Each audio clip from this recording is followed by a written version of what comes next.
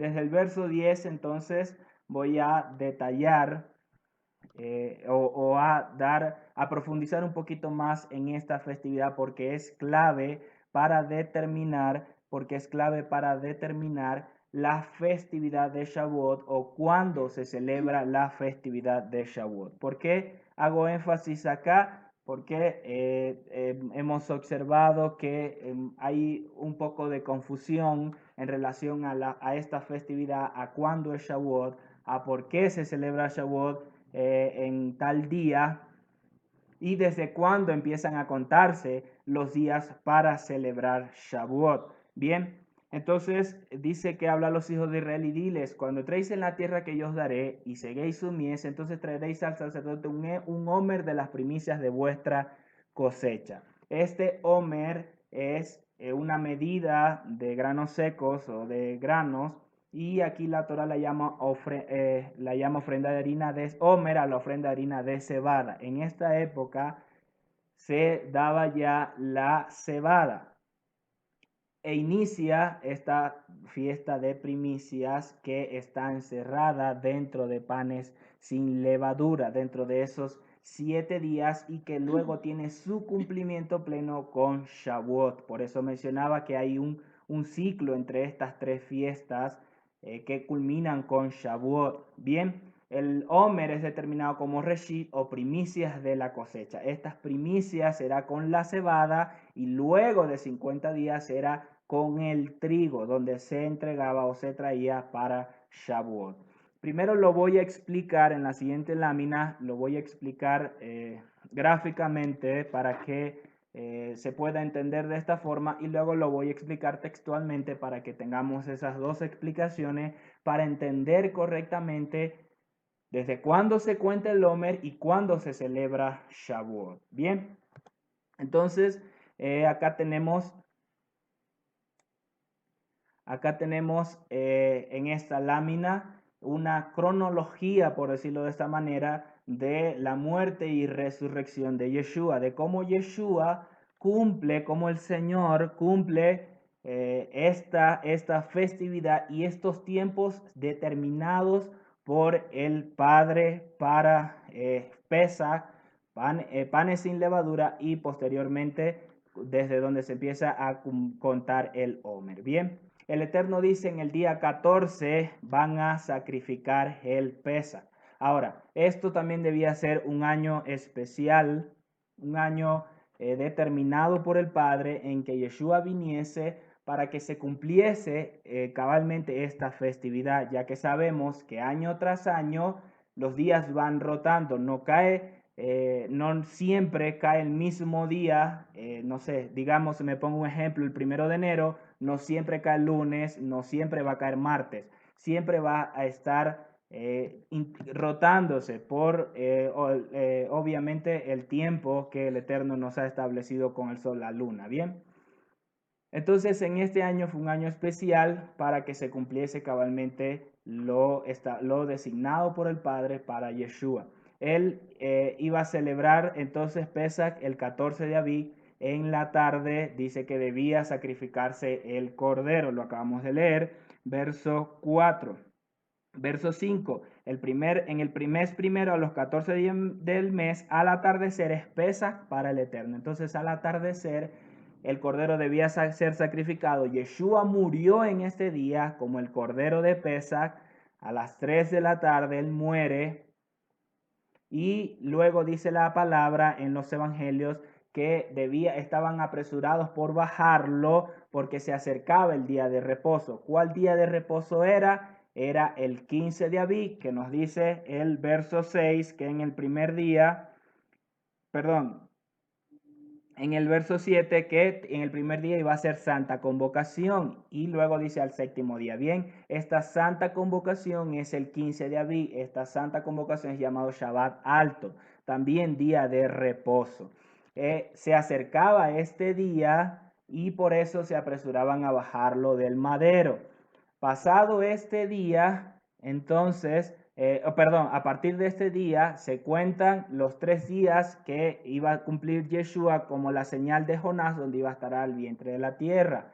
él iba a estar 3 días, es decir, él muere miércoles 14 de Abib y empieza a contarse desde el 15 de Abib, jueves, viernes y el sábado. Entonces él resucita ya en Shabbat, finalizando Shabbat, para iniciar el primer día de los primeros frutos, como nos dice la palabra, que como lo mencioné, primero lo estoy explicando visualmente y luego textualmente. Él iba a cumplir esta festividad pasado el día de reposo, donde se debe empezar a contar el Omer. Pasado el día de reposo, nos dice la palabra, cumpliendo Yeshua así, pasado el día de reposo. Ahora ustedes dirán, dice la palabra el día de reposo. Puede ser el 15 de Abib porque es día de reposo, o puede ser el Shabbat semanal porque es día de reposo. Muchos lo interpretaron así. Unos dijeron es el día 15 de Abib, el día de reposo, y al siguiente es en el cual se debe contar el Omer, y otros dijeron es el sábado, el día de reposo, y al día siguiente es que se debe contar el Omer. ¿Por qué lo menciono? Porque así se interpretó o se generó ese debate. Por ejemplo, mi esposa puede decir, no, yo voy a tomar el 15 de Abib como el día de reposo y al día siguiente yo voy a contar el Omer. Pero yo dije, no, el Shabbat semanal es el día que yo voy a tomar como el día de reposo y al día siguiente es que voy a empezar a contar el Omer. Este debate se generó unos tomaron esta interpretación y los otros tomaron la otra interpretación. Ahora, ¿dónde debemos nosotros aclarar esto? ¿En cuál es el día correcto? La misma Torá nos lo va a enseñar ya ahorita. Sin embargo, quiero hacer mención de que la mayoría o lo que predominó fue la interpretación que se tomó después del 15 de Abib, y desde ahí empezaron a contar el Omer, es decir, el 16 de Abib empezaron a contar el Omer y el día 50 cae ya el 6 de Sivan. Así lo establecieron y dijeron, pasados los años, bueno, del 16 de Abib va a ser el día del Omer y el 6 de Sivan va a ser Shavuot, y lo establecieron así por todas las generaciones, por decirlo de la manera, hasta hoy. De esa manera desvalidan o invalidan, perdón, la palabra correcta, invalidan la resurrección de Yeshua como las primicias de la resurrección, como el primogénito de los muertos, y lo desacreditan como el verdadero Mesías, el verdadero ungido del Padre. Bien, entonces vamos a aclarar que no es el 16 de Abib el día correcto donde se debe empezar a contar el Omer, sino pasado el Shabbat semanal, pasado el sábado. De esa forma, a partir de ese día es que se debe contar correctamente. Habiéndolo explicado visualmente, vamos ahora a los textos, como nos lo enseña el Eterno en su palabra. Y vamos a tener también la versión hebrea para que se entienda. Quiero aclarar que Shabbat en hebreo es interpretado también como semanas. Bien, entonces Levíticos 23:11 nos dice, él mecerá la gavilla en presencia del Eterno para que seáis acepto. El sacerdote la mecerá el día siguiente del Shabbat, que es lo que lo mencionaba en la lámina anterior. Unos lo interpretaron el 16 de Abib porque el 15 es día de reposo de Shabbat, y el Shabbat semanal, otros lo interpretaron a partir de ahí. Bien, en la versión hebreo nos dice Mimorá Shabbat, el día siguiente del Shabbat.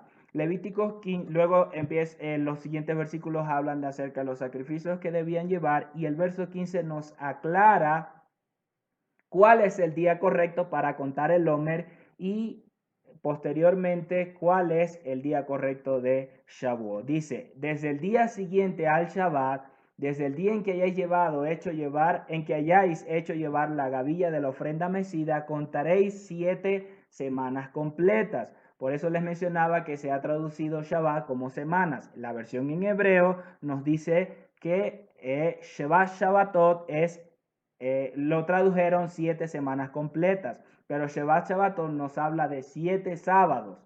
En la traducción correcta sería 7 sábados completos.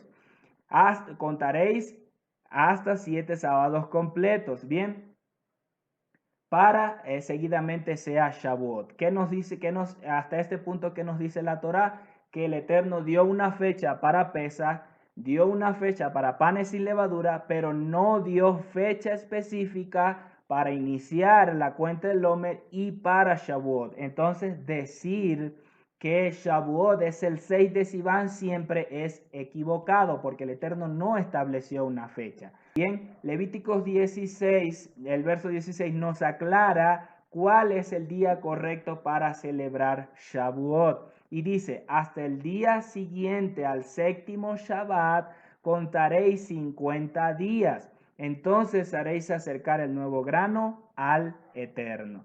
Levíticos 23 en hebreo nos dice la misma frase, Mimorá Shabbat, al día siguiente del séptimo Shabbat.